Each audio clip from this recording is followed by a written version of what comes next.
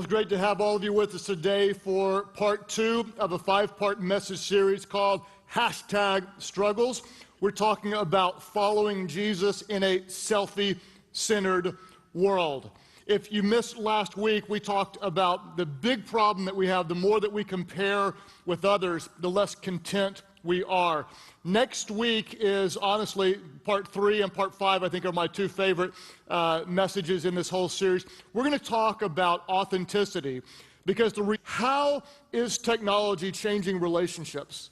How is technology impacting and changing relationships? We know that it's helping in a lot of different ways. There are probably some unintended negative consequences for technology and relationships, and we could talk about literally hundreds of different ways it's changing things, but I want to raise 3 big issues that really will impact our talk today. How is technology changing relationships?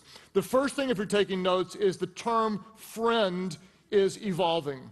The term friend is evolving. For example, a friend used to mean somebody that you did life with. We were together doing life. Now, a friend can be somebody that you've never met in person that follows what you say on Facebook. And so the term friend is evolving. For example, the average American Facebook user has 328 Facebook friends. But the average American says they only have 2 close friends, which is down from 6 2 decades ago, and yet 25% of Americans say they have 0 close friends. So the tension is real. You may have 328 Facebook friends, but say you've got no real and close friends, and so we can argue all day long. We've got lots of online interactivity, and yet we may have very limited personal intimacy. The term friend is evolving. The second thing, if you're taking notes, and this is really interesting to me, is that we're becoming addicted to immediate affirmation. We're becoming addicted to immediate affirmation. In other words, if I'm feeling a little bit lonely and I just want a little affirmation, I'm going to just take a selfie real quick here. Hang on, gotta do this, okay. I'm going to do a better one, hang on.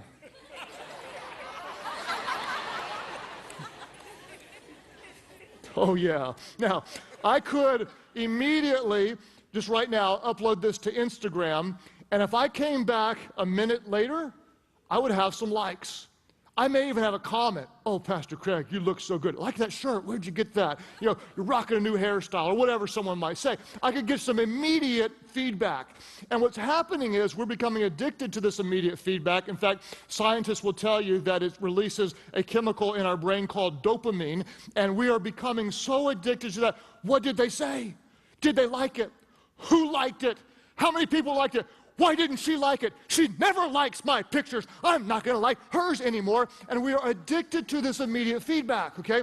And what this is doing is it is meeting a short-term need, but we are deferring a longer-term and deeper need. In fact, sociologists now have phrased what they call deferred loneliness. We feel lonely, so we post something. We say something, we get immediate feedback, and it meets a short-term need, but we are deferring a longing for intimacy into the future, and the loneliness we feel, we are deferring to another time. We are living for likes, and we're longing for love. We're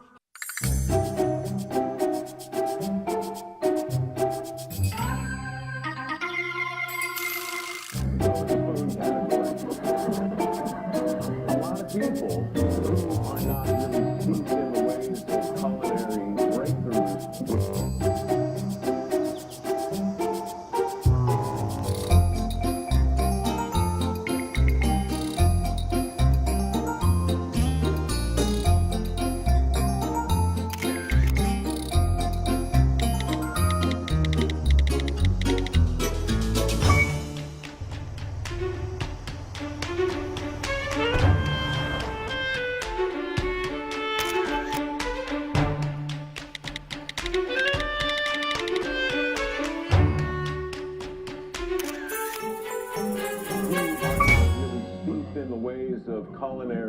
breakthroughs would look at this and see a design flaw. But in fact, that's not the case at all. Because this spoon-like ladle contraption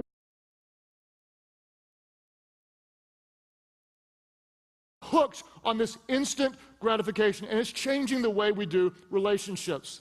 How is technology changing relationships? The term friend is evolving. We're becoming addicted to immediate affirmation. And number three, perhaps most important, is we have the power to do friendship on our own terms. We now have the power to do friendship on our own terms. In other words, if Richard texts me, I have the choice to read his text, respond to it, not respond to it, get to it later. I am in control of what I do or not do, how I respond to his text. If Sam posts a picture on Instagram, I have the power to determine, is it like-worthy or not? Is it worth a double tap of my fingers? Or do I scroll right on by another stupid cat picture that I'm so sick of him posting all day long? In fact, if he posts another cat picture, I may just unfollow him, because I am total and complete control of this friendship. I manage it from a distance. I will show you what part of me I want you to see. I will tell you what I want to tell you, and if I don't want to respond, I'm not going to respond. And if you post too many pictures of your product or too many duck-face selfies, I will unfollow you, because I am in control of this friendship. Suddenly we wake up and the terms of friendship have started to change. What's really interesting to me is I meet a couple times a year with some of the best of the young leaders from our church. And I always do this. One, I want to invest in the next generation. Two, quite honestly, I just want to learn from them. What are you thinking? What's it like to follow Jesus as a 22-year-old or an 18-year-old or whatever? And the last time I met with them, we talked for a long time about social media and relationships. And one person said this, I wrote it down. He said, the more I use social media, the more I crave personal interaction. And I asked the group, is this true for you? And they're like, absolutely. Everybody there said it's true. And then another person said, I feel more connected than ever before, and yet I feel more alone. Again, I asked them, do you find this to be true? Yes. And there was almost like this out of control. All I know to do is go click, click, click, scroll, scroll, click, click, click, click, click, scroll, scroll, scroll. And I'm wanting something more, but I don't have the discipline to stop this, to engage in what I know I really want, and I don't know how to get from here to there. I want to talk today about how do we get from here to there. And I want to start with Hebrews chapter 10, verse 24 and 25. The author of Hebrews said this. He said, let us think of ways, I love this, to motivate one another to acts of love and good works. Wouldn't it be amazing to get together with other followers of Jesus and say, hey, how can we be so aggressive in the way we show love that people are like, hey, they must be a Christian. Have you seen the way they love one another? He goes on to say this, and let us not neglect our commenting on one another's posts. Oh, wait, I'm sorry. I totally messed that up. He said, and let us not neglect our what? Say it with me. He said, and let us not neglect our meeting together as some people do, but encourage one another as the day draws near. Let us not neglect our meeting together. Some of us need to rediscover the power of practicing presence, of being together with other people. In fact, Jesus said this. He said, wherever two or three gather together in my name, there I am in the midst of them. But this is not just something you type on. What else can you do? You can also talk on it, right? And so if you look in your context, you can speed dial someone, and guess what? You can talk to them and ask them, hey, how are you doing? And you can listen to the tone in their voice. And you can not just pray for them, but you can pray with them over the phone. And then you can ask them some questions, and the conversation, I promise you, can go places that it will not go on text when you hear tone of voice and you invest that kind of time with them. And let's just get crazy and say you're really going to take it up a level. We don't just text, we don't just call, but what's another thing we could do to show love? We could go see them, right?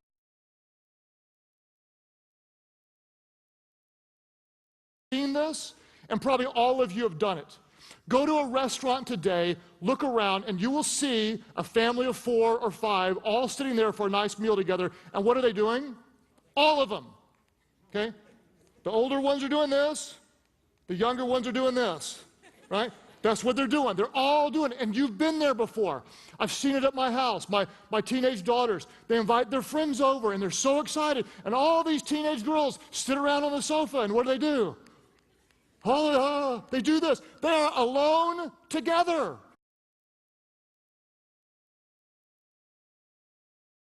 Here's the problem. Every time this thing buzzes, whistles, chirps, beeps, there's something in me that's going, who said something? What is it? What do I need to know? In fact, there's a new word that just hit the dictionary called FOMO, F-O-M-O, and it stands for fear of missing out. And there's a generation that are just, what am I going to miss? What am I going to miss? What am I going to miss? I might miss someone's funny cat picture. I might miss someone saying, oh girl, you look so gorge, which doesn't mean fat, it means gorgeous. It's just this is hashtag cool lingo. Okay? I may miss someone liking my picture. Did they like it? Did they like it? Listen to me. At the end of your life, it's not going to matter how many likes you got. Listen to me. At the end of your life, you're not going to be sitting around going, if I had only gotten 3 more, I would have had a clean 100 that time. If I had 100 triple-digit likes, oh, life would be so good. It is not going to matter how many likes you got, but it's all going to be about how much love you showed. They're going to know that you are followers of Jesus by the way you love one another.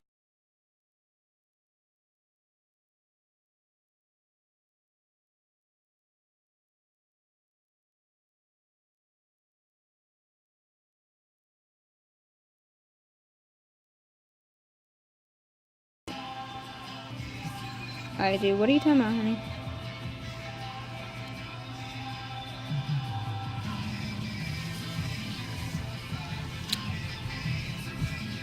How's your day going? Let's just try to pretend like we're all cute and just be like, hi to you too. You people have cool names, by the way. Your friend's birthday is on Christmas Eve and she gets double gifts. Damn, that girl's lucky. Or, I mean, guy or girl. Oh, you said she said girl.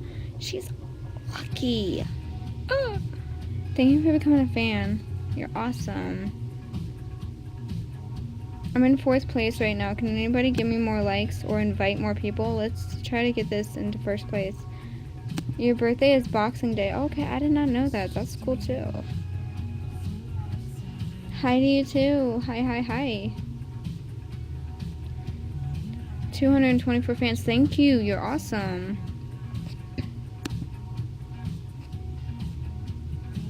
You are so cool.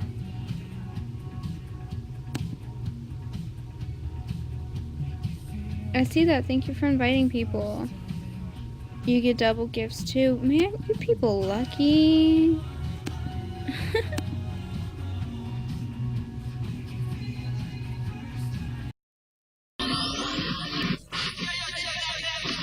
Yo, Whammo 100. That's family.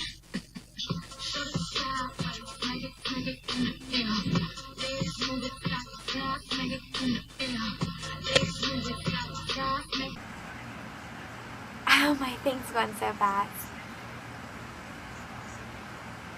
Can you guys quit being mean? She's like the nicest person on you now. I know, right? Rice misses you? Does he really?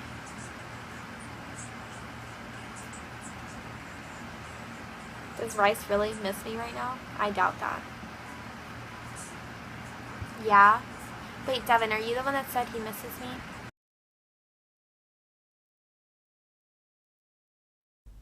I have 422 friends, yet I'm lonely. I speak to all of them every day, yet none of them really know me. The problem I have sits in the spaces between looking into their eyes or at a name on a screen. I took a step back and opened my eyes. I looked around and realised that this media we call social is anything but when we open our computers and it's our doors we shut. All this technology we have, it's just an illusion.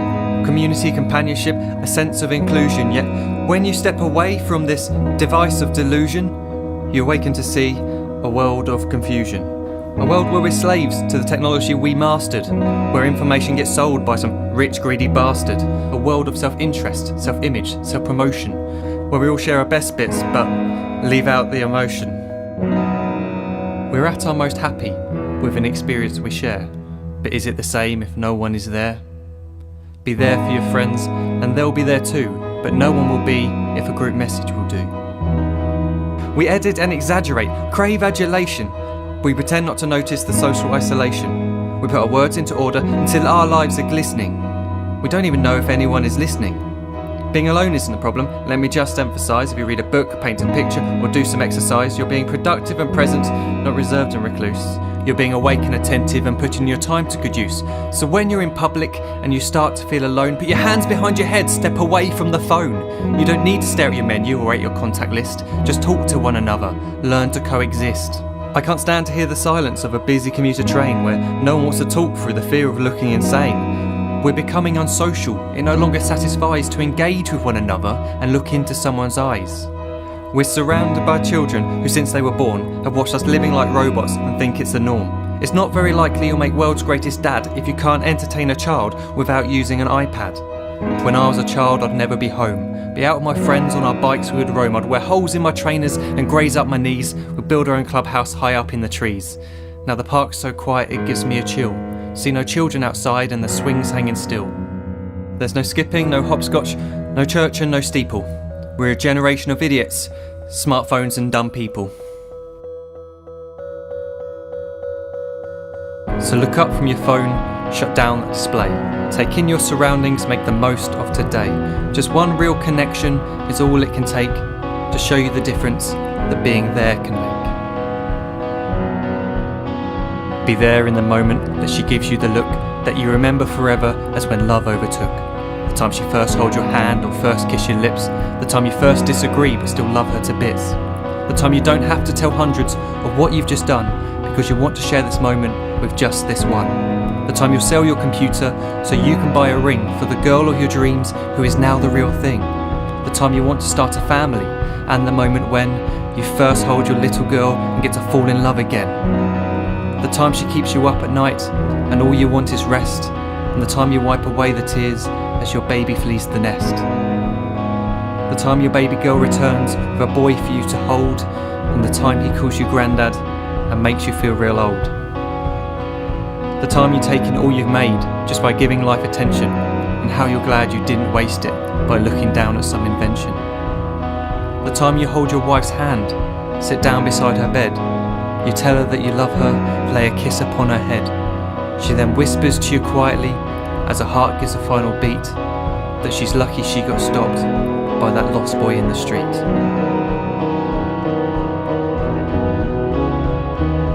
But none of these times ever happened. You never had any of this. When you're too busy looking down, you don't see the chances you miss.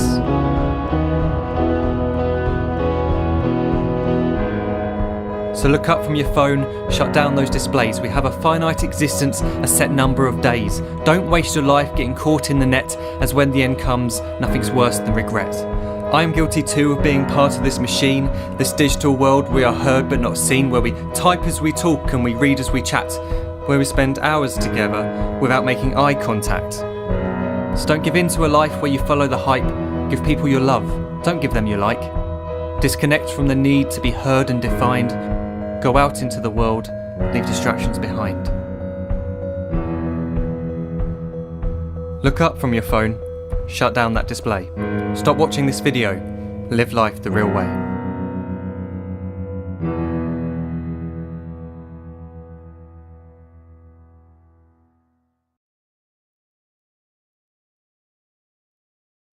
Kind of the heart behind this message, if you think about it, is this. The more filtered our lives become, the more we show others the me we want them to see, the more difficult it is to be authentic. Culturally, we're becoming so trained to filtering the picture and then editing perfectly the caption, because the caption matters. You got to have the right hashtag, and it's got to be clever but not too clever, and it's got to be right but not looking like you're trying too hard. And we edit that perfectly, we filter it, and we send it out there so that the rest of the world can affirm us and like who we are showing them that we are. Last week we talked about 3 different technology changing relationships. Write this down. People are starting to fear and avoid unfiltered communication. They're starting to fear and avoid unfiltered communication. For example, we are so used to being able to edit what we say and filter what we show that if we don't have that luxury, a lot of people are very nervous in talking. In fact, the reality is there are a lot of people, and you'll know this is true, that are creating online personalities. Look at who I am. That in reality is very different than the true person that they are. They're showing you a fake self, trying to get you to believe that's who they really are. And if we take it a level deeper than that, we see people are now very afraid, a whole younger generation, many are uncomfortable in a conversation that they cannot control. For example, this is very normal now. I met with a bunch of young adults from our church, and they all agreed they'll do this, that whenever the phone rings, back when we were growing up, people my age, we actually didn't know who was on the other side. And to find out who was on the other side, you actually had to pick up the call. And then you had to talk, and you didn't know what was going to be said or what they might ask. And so we learned how to have unfiltered communication. Today, you have the luxury, the blessing, or the curse of being able to what? A phone call comes in, send it to voicemail. Then what a lot of people do is they listen to the voicemail, and then how do you respond? You respond with a what?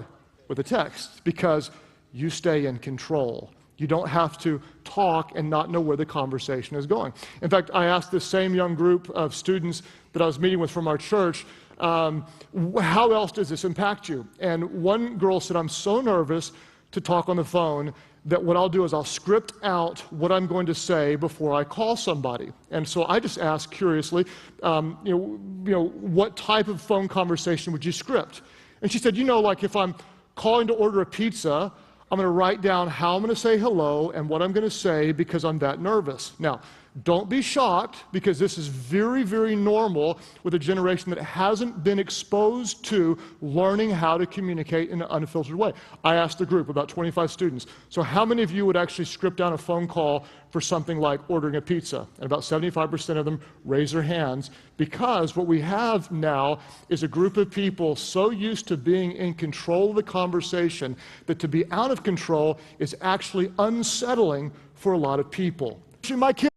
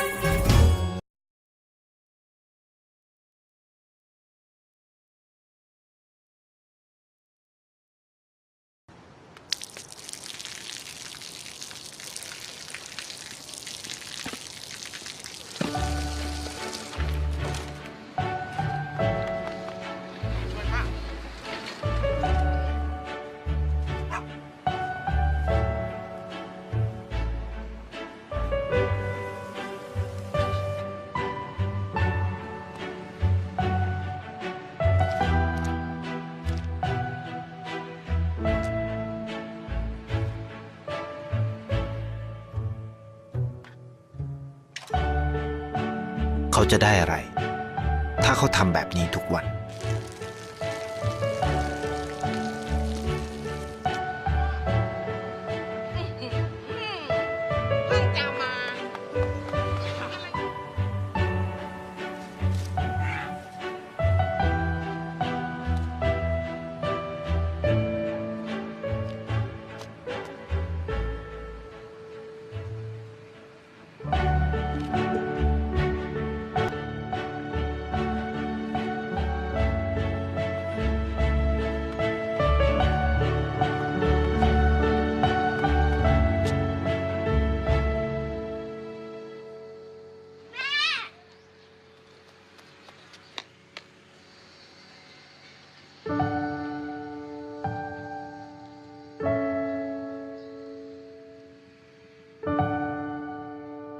เพราะสิ่งที่เขาได้ คือได้แค่ความรู้สึก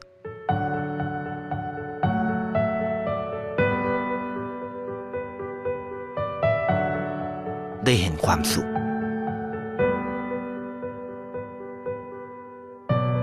ได้เข้าใจ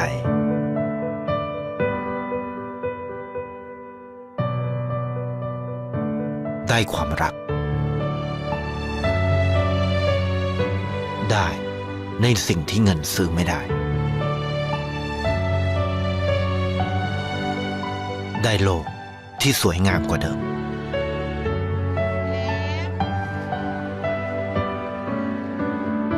ในชีวิตคุณ อะไรคือสิ่งที่คุณต้องการมากที่สุด